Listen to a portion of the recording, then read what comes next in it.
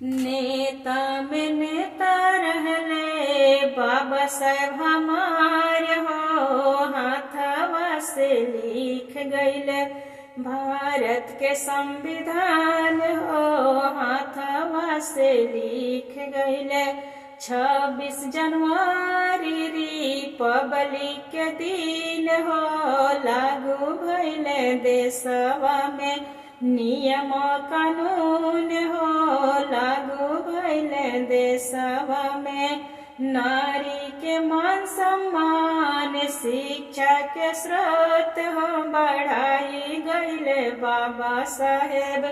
शिक्षा के स्रोत हो, बढ़ाई गईले बाबा साहेब नेता में नेता रहले अब्दुल कलाम हो,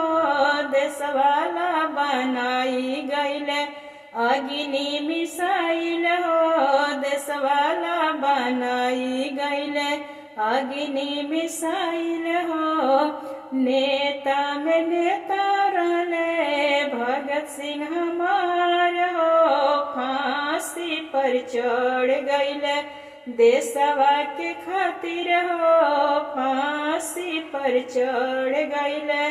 नेता में नेता बड़े मोदी जी हमार हो, पाकिस्तान से छीन ले आइले